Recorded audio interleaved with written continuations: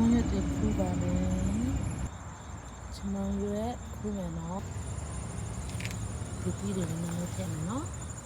ရွှေပြုံပွင့်နေတဲ့ထဲလို့ရွှေပြုံပွင့်နေတဲ့ထည့်မယ်ရင်းပြီးတယ်ထည့်မယ်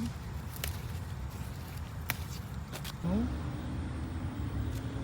ချင်းချက်တော့မယ်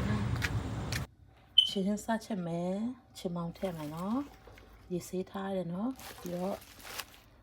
ကစုံရွက်ထည့်မယ်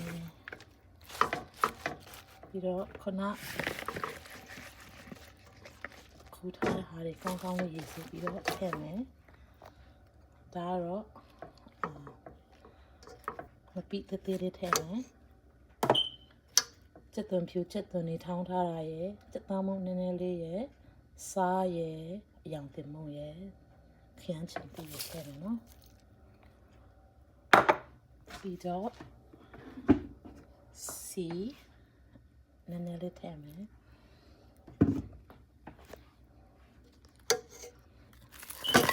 ပစုံထည့်မယ်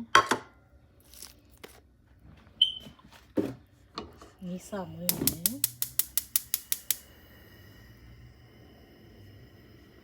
ရေမီးနည်းနည်းလေးနဲ့ဆောင်းမယ်နော်ခဏလေးဆောင်းမယ်နော်ဒီလိုထည့်မယ်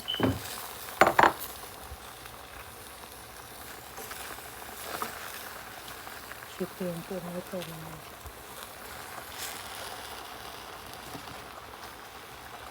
ဖုံးပိတ်ပြီးတော့ခဏဆောင်းမယ်နော်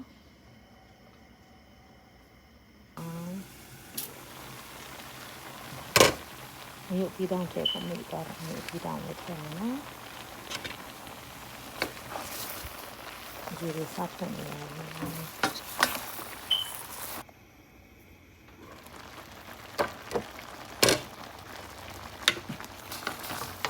ဒီရတဲ့ဒီပါစကနသေးထားတဲ့ရေတွေနဲ့နည်းနည်းတော့ထွက်လာတယ်နော်ဒီလိုဖြစ်ပြီးဆိုလို့ရှိရင်ဒီ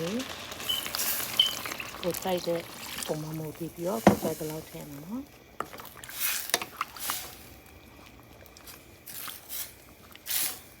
အဖို့အငန်ကတော့ကိုစိုက်တဲ့လောက်ထည့်လို့ရတယ်အချုံမုံတွေငံပြရည်တွေထည့်ချင်တယ်ကိုတဘောပဲနော်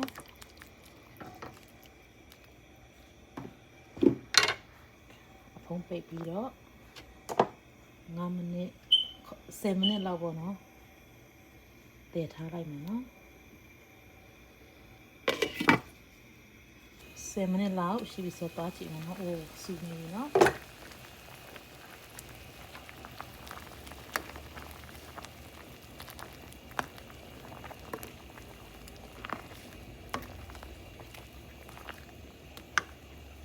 ဒါဆိုရင်ချက်ပါပြီအချင်းကြီးကောင်းကောင်းလေးတပွဲစင်တင်ဖြစ်ပါပြီကျေးဇူးတင်ပါတယ်